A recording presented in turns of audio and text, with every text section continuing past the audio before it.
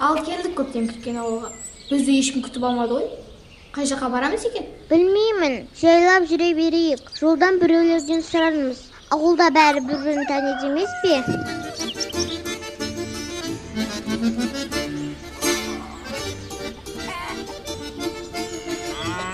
Тоқташ, мен бірдеңе басып кеткен сияқтымын. Фу, енді не істейміз? Беренсияканың аяқ киімі білініп қалды ғой. Ештеңе өтпейді. Қазір барып жуып аласың. Байқап жүрмейсің ба? Маған қазірден бастап ауыл ұнап жатқан жоқ. Бұл жерде бір апта қалай шыдаймыз? Қалай болғанда да біздің басқа амалымыз жоқ. Осында бір апта боламыз.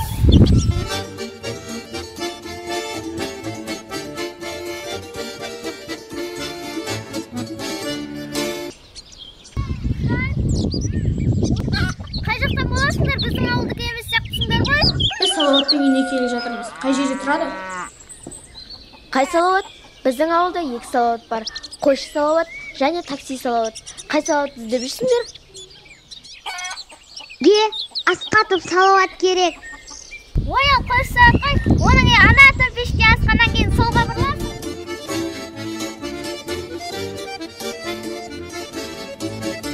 Салауаттың үйі. Ал сен жаңағы такси Салауатты айттың. Соған қарағанда бұл ауылда такси жүретін болып тұр ғой. Такси жүрсе күшті болар еді.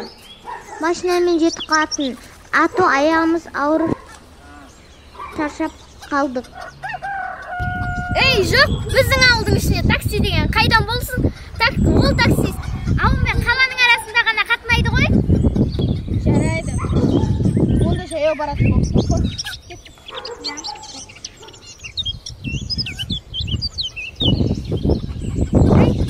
Бұлардың шықпайды ау. Ауыл өрмеген бәлелері ғой.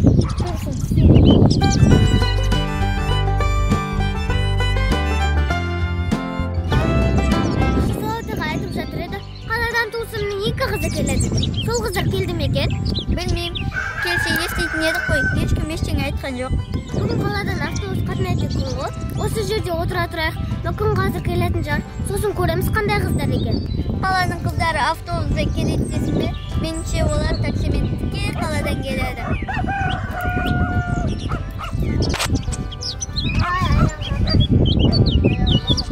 Арба.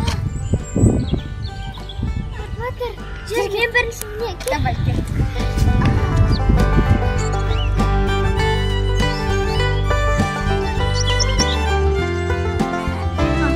Мен шаршадым. Енді сен.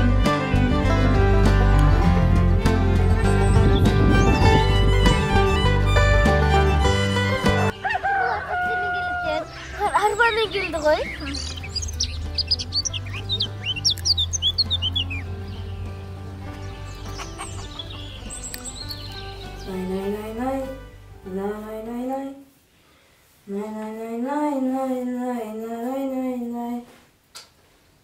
Мен дұрыс емес қой.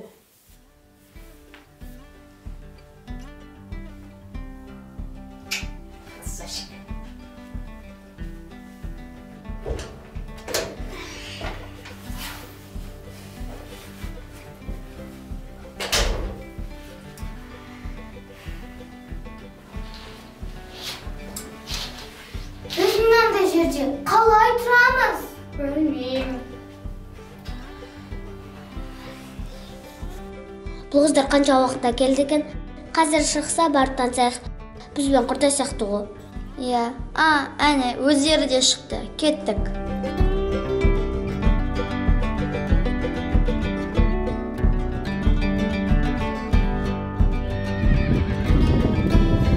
Сәлем қыздар. Біз сендердің көршілеріңіз. Сенің атың Жанерке. Ал бұл менің сіңлім Аяра. Сәлем, мен Диляра. Мен Арина. Біз осы үйге қонақ болып келіп жатырмыз. Ал сендер осы ауылда тұрасыңдар ма? Әлде тоже біз сияқты осы жаққа қыдырып келдіңдер ме? Жоқ, біздер осында тұрамыз. Біз сендер туралы естігенбіз. Салауат аға айтқан, туыстарым қыдырып келеді деп. Солай ма? Біз қыдырып келсек өзі үйінде жүр. Біз ойлағанбыз. күтіп алып, тамақ беретін шығар деп. Бірақ олай болмады. Қазір қарнымыз ашып тұр. Ол кісі кешке бір келеді. Ауылдың сыртында қой бағады. Отбасы жоқ. Сол себепті сендер келеді дегенде қатты қуанып, туыстарым келеді, маған көмектеседі деп жүрген. Мәссаған, бұл қызға екен.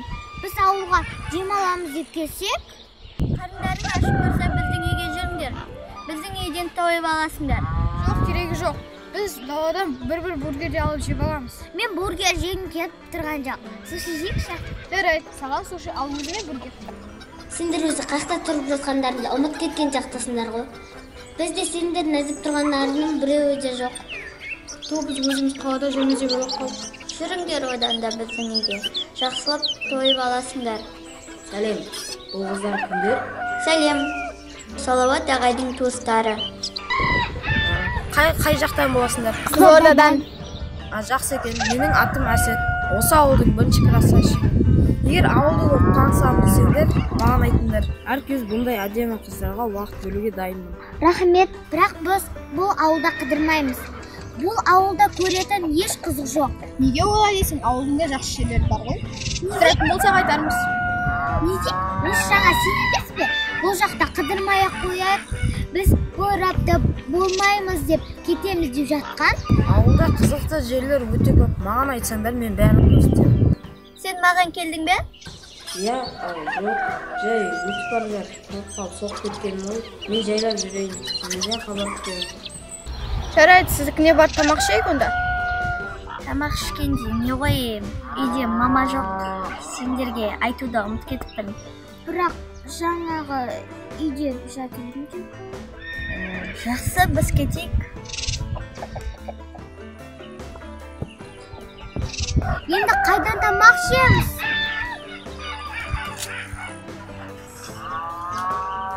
Неге мама жоқ деп айттың? Сен оның Әсетке қалай қарағанын көрдің бе? Жоқ. Ол Әсетке жақсы көзімен қарап, барлық сөздеріне басын изеп тұрды. Ой, енді түсінікті болды. Қызғанған десейші? Білмеймін. Қалай болғанда да бұл қыздар маған ұнамады. Қашан кетеді екен, сұрадың ба? Бір апта болғамыз деді. Не? Бір апта? Ол көп уақыт қой. Бұл уақыттың ішінде ол қыз Әсеттің басын айналдырып алады ғой. Сонда не істемек ойын бар? Біз оларды ертерек кетіруіміз керекпіз. Біз оларға ауылды жаман қылып көрсетейік. Сол кезде ертең-ақ кетіп қалады ғой. Ойын маған ұнап тұрған жоқ. Бірақ сен менің апамсың ғой. Сол себепті мен саған көмектесейін. Жаңа олар қарнымыз ашып тұр деді ма? Менде бір ой бар.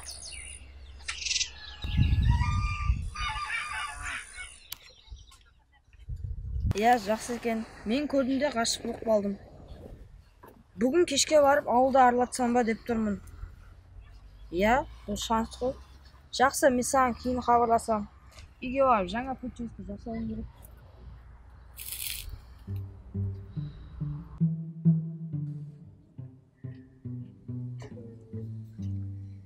Мынау қызық үй екен. Тым әжетханасы жоқ. Мен барлық бөлмелерді қарап шықтым.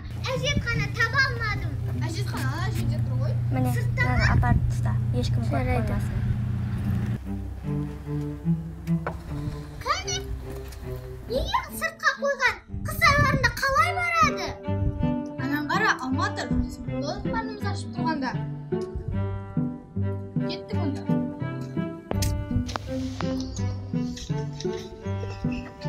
Сен әжетханаға барамын деп едің ғой? Бірінші очередте тамақтану. Қарным ашып өлейін деп тұрмын. Анасыға барып отырып.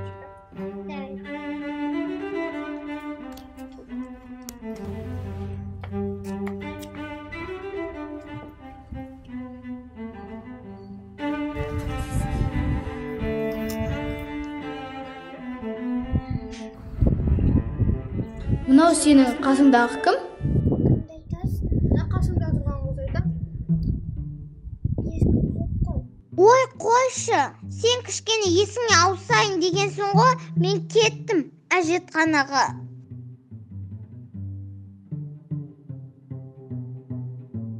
Сен кімсің?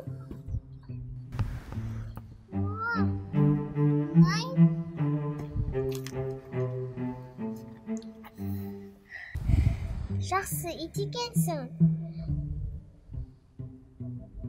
Атың кім сенің? Егер атың болмаса, мен саған Бетховен деген ат қоямын.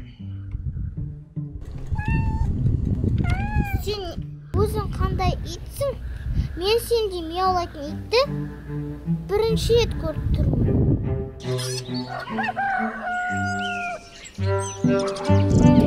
Сен кімсің? Өйден істеп жүрсің. Неге жауап бермейсің? Жауап бермесең бермей ақ қой, не өзінше болып тұрсың. Мен өзінше емеспін. Сен өзінше болып тұрған. Маған келіп орнып тұрған өзің. Сен немеме ерексің деп тұр ма? Ерекскенді көрсетейін мен саған.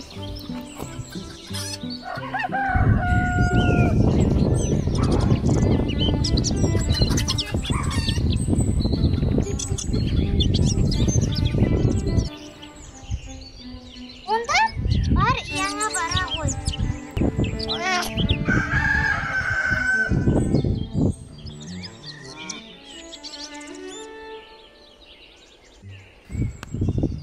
Жаңа қыз қайда кетті?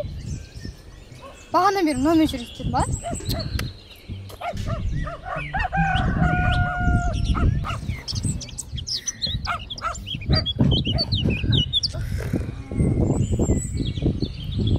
Мен саған қазір бірден айтып беремін. Тек құлап қалма.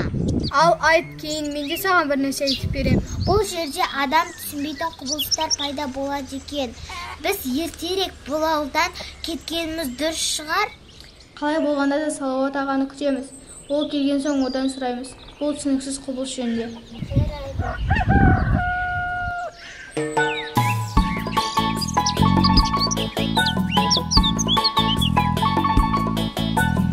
Қыздар, қалайсыңдар? Мен сендерге ауылды көрсетуге келдім. Егер қолдарың бос болса, кеттік экскурсия жасап жіберейін. Олай болса жақсы болар еді. Ішіміз пісіп, уақытта қалай өткізгенімізді білмей отыр едік. Бір жерге бара жатсыңдар ма? Жаңа келген қыздар ауылды аралатуға келген. Біздің де қолдарымыз бос. Сендермен бірге жүрсек бола ма? Негізінен өзім көрсетіп шығамын деп ойлағанмын. Сендер де қосылыңдар. Көп болсақ жақсы болады, қызықты болады. Кеттік жүрейік. Алла сет концертті баста.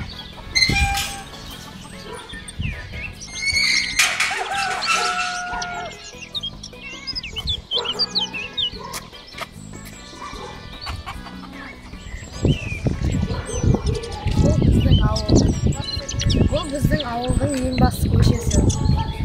Өте кең көше. Және ауылымыздың ең таза көшесі. Осы ма ең таза көше? Бұл таза емес көше қандайсың? Кет әрі қарай. Мынау біздің ауылдың супермаркеті. Осы жерде жігіттер қыздарды кездесуге шақырады. Көбіне былай айтқанда ауылымыздың бетке ұстар жері. Бұл жерде келген қонақтарға мақтанышпен көрсетеміз. Супермаркеттерің өте әдемі екен. Біздің қалада бұндай супермаркет жоқ. Ал енді кет, сендерге бір қыз көрсетейін.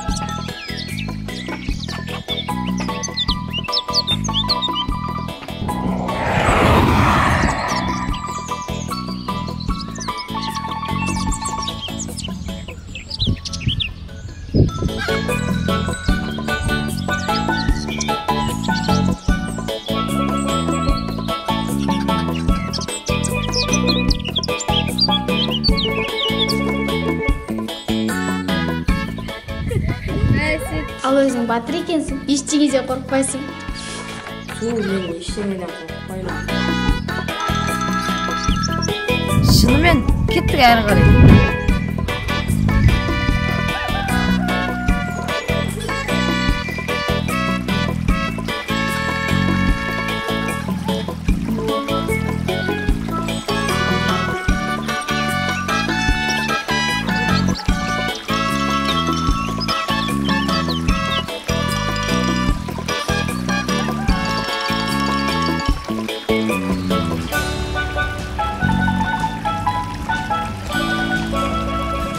Ал енді біз міне ауылдың шетіне келе жеттік.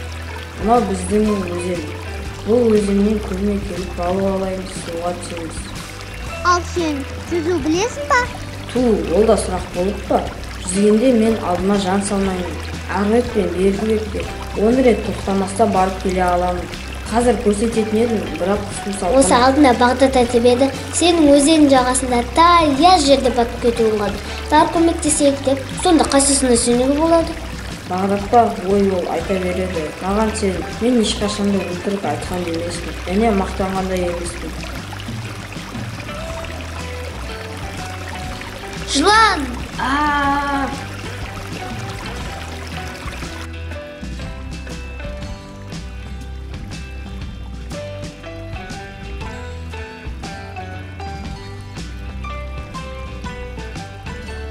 Ештеңеден қорықпаймын деп жатыр едің ғой, не болды? Я, ештеңеден қорықпаймын. Жыланнан қорқамын, сосын тышқаннан, қаздан, аттың қасына жақындаудан, кесірткеден, өзен жағасындағы бақалдардан. Тоқташы! Сенің өзіңнің қорықпайтын нәрсен бар ма? Мына списокты қарасақ, бәрінен қорқатын сияқтысың ғой. Біз сені батыр деп ойласақ? Қайтадан ауылға қайтайық, Салауатаға келіп қалған шығар.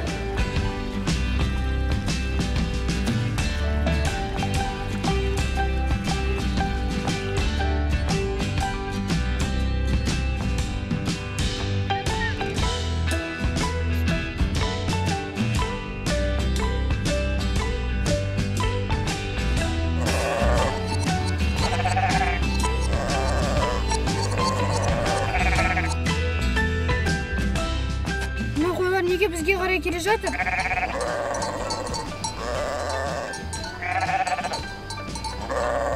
Мен қорқам. Тоқтаңдар, бұл қойлар адамға тиіспейді. Ну, таза актриса ғой.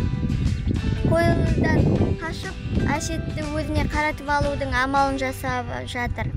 Бірақ мен қазір кім мықты актриса екенін көрсетемін.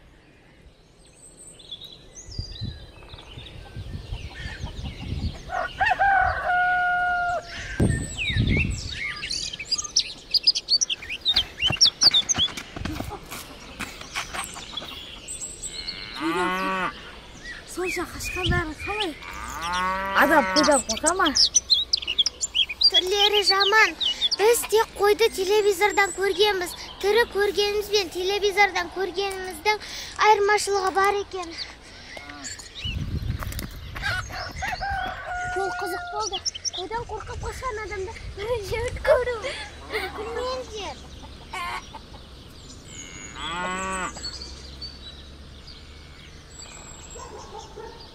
Сәлем бәріңе, Диляра. Сен бұл ауылда не істеп жүрсің? Сен кешегі жол көрсеткен қыз емессің бе? Қай кезде?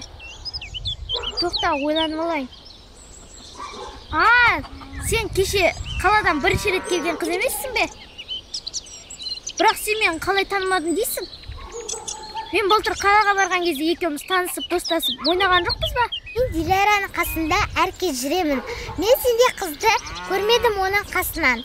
Сен точно шатасып тұрсың. Сол кезде сен менен қарызға ақша алып, кейін телефоныңды сөндіріп, қашып кеткен болатынсың. Енді дым алдыма келіп алып, дым білмей қаласың. Сен мені біреумен шатастырып тұрған сияқтысың. Жақсы, ақшаны қайтарғыларың келмеген соң неше түрлі сылтау ойлап табып жатсыңдар ғой. Сол ақшаны қайтармайық та қойыңдар. Қайдайық шеге, мына ауылдың тұрғындар маған ұнап жатқан жоқ.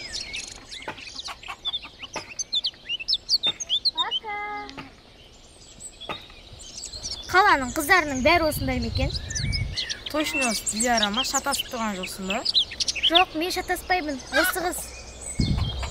Саған, онда бұл жақсы қыз болмай тұр ғой. Жақсы, мен кетейін, жай Диляраны көріп қалып соғып кетейін деген ғой. Сау болыңдар.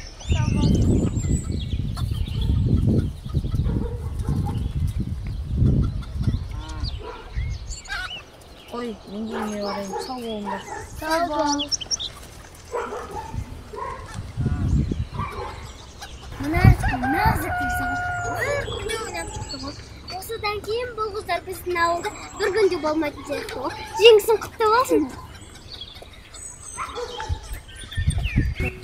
Бағана қыз кім болды? Әбден мен позорымды шығарды ғой. Менің ойымша бұның барлығын істеп жүрген Жанерке мен Аяру сияқты. Оны қайдан шығардың? Мен өзім байқадым, жаңа қыдырып жүргенде. Жанеркенің екі көзі Әсетте болды. Ал Әсет саған назар аударып, түрі бұзылып отырды. Мәссаған, сонда олар бізден тезірек құтылғысы келген екен ғой. Уланған алманы да солар берген болып тұр ғой. Ол да мүмкін.